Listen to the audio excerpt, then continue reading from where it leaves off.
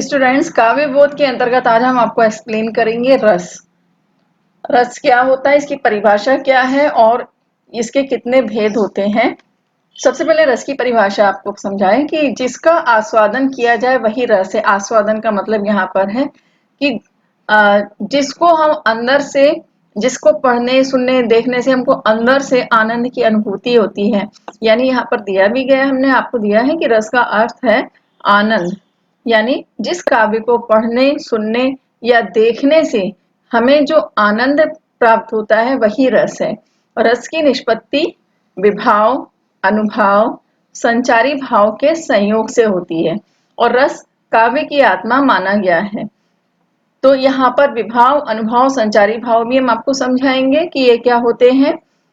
तो और विशेष रूप से रस के जो है 4 अंग होते हैं: स्थायी भाव, विभाव, अनुभाव और संचारी भाव। अब हम आपको एक्सप्लेन करेंगे स्थायी भाव। स्थायी भाव मनुष्य के हृदय में स्थायी रूप से विद्यमान रहने वाले भाव को स्थायी भाव कहते हैं। यानी जो भी मनुष्य है, इसमें जीव जंतुओं के अंदर भी स्थायी भाव होते हैं, लेकिन उनको समझने के लिए विशेष ज्ञान की आवश्यकता होती है। लेकिन हम मनुष्य जो हैं एक दूसरे की भावनाओं को आसानी से समझ सकते हैं। तो स्थायी भाव सभी जीव जंतुओं में और मनुष्य में पाए जाते हैं और स्थायी भावों की जो संख्या होती है 9 है। यानी 9 टाइप्स के स्थायी भाव होते हैं जो हमारे अंदर विद्यमान होते हैं।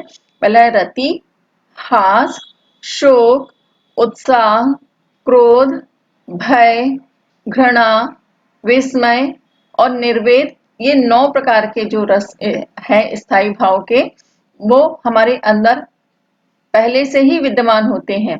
और लेकिन कुछ जो विद्वान हैं वो प्रेम और वात्सल्य भाव को भी स्थायी भाव मानते हैं।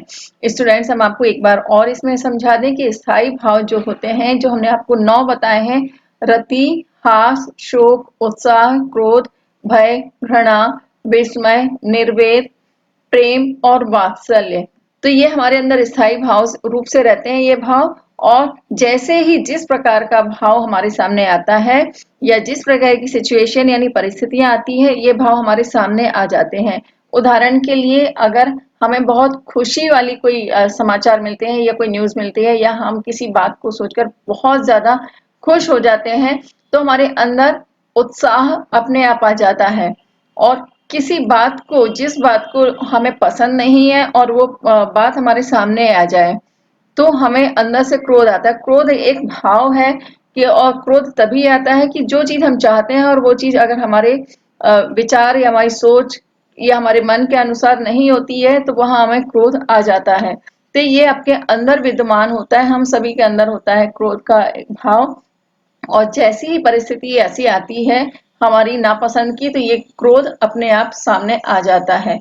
इसी तरह से भय भी हमारे अंदर विद्यमान होता है और भय भी परिस्थिति के अनुसार हमारे जैसा हम देखते हैं या जैसी परिस्थिति सामने आती है उसके अनुसार ये भय सामने प्रकट हो जाता है। जैसे आप किसी व्यक्ति से डरते हैं या किसी जीव जंतु से डरते हैं, तो वो सामने अगर आ जाए तो आपके अंदर एक तरह से डर जो है, वो डर का भाव सामने आ जाएगा और जो आपके चेहरे पे अपने आप झलक जाएगा।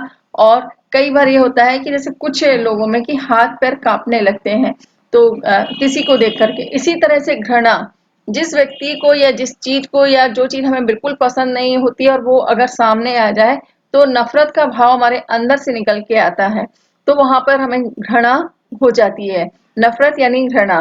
तो स्टूडेंट्स, ये सारे जो भाव हैं हमारे अंदर प्राकृतिक रूप से ईश्वर की तरफ से हमारे अंदर ये दिए गए हैं।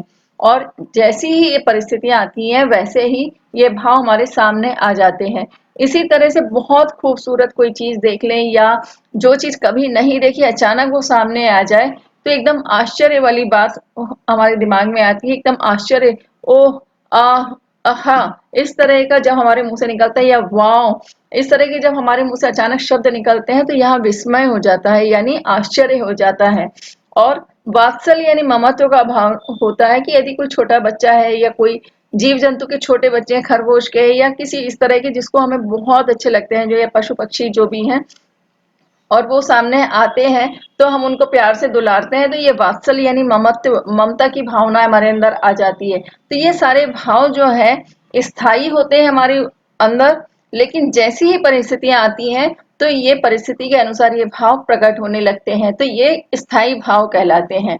अब विभाव जो होता है, स्थायी भाव को जगाने वाले और उद्दीप्त करने वाले कारण विभाव कहलाते हैं।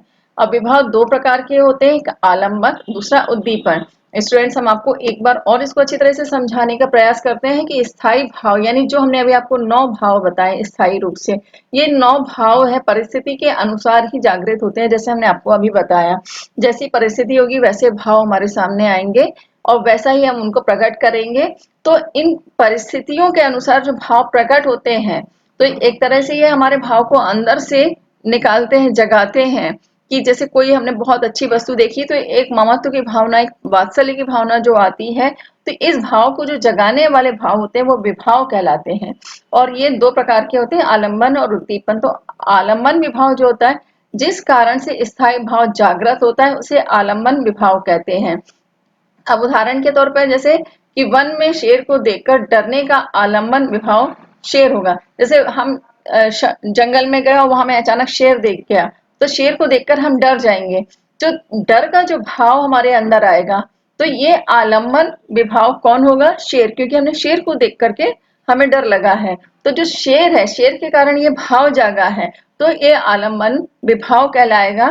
तो जिस तरह से, जिस कारण से, कारण कौन होगा? शेर होगा। तो शेर के कारण जब भाव जागृत होगा तो शेर आलंबन विभाव कहलाएगा। इसी तरह से उद्दीपन विभाव, जागृत स्थायी भाव को उद्दीप्त करने वाले कारण उद्दीपक विभाव माने जाते हैं।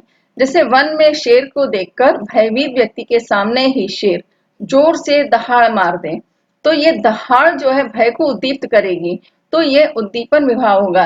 कहने का तात्पर्य यह है कि जैसे शेर को देखकर हम डर गए, तो शेर जो है कारण कौन सा होगा? आलंबन विभाव होगा। लेकिन शेर को देखकर जो व्यक्ति सामने खड़ा है वो डर गया है, तो उसको देखकर जब शेर जोर से दहाड़ मारेगा, तो ये दहाड़ जो है, इससे हमारे अंदर जो भय है वो एकदम सामने निकल करके आएगा। तो ये वाला जो भाव जब सामने आएगा, यानी उद्दीप्त कर रहा है, यानी हमारे अंदर के भाव को बाहर निकाल रहा है। तो जो अंदर के भाव को बाहर निकालने की जो प्रक्रिया होती है, इसको उद्दीपन बोलते हैं, यानी उद्दीप्त कर रहे हैं। जिसको आप एक्साइटेड भी बोल सकते हैं कि किसी चीज को देखकर हम एक्साइटेड हो रहे हैं, चाहे वो अच्छे रूप में हो रहे हैं या बुरे रूप में हो रहे हैं, भय के कारण हो रहे हैं या किसी और कारण से हो रहे हैं। तो जो एक्साइटेड होते हैं, तो ये एक्साइटनेस जो है उद्दीपन कहलाती है, और यही उद्दीपन जो है विभाव कहलाता है।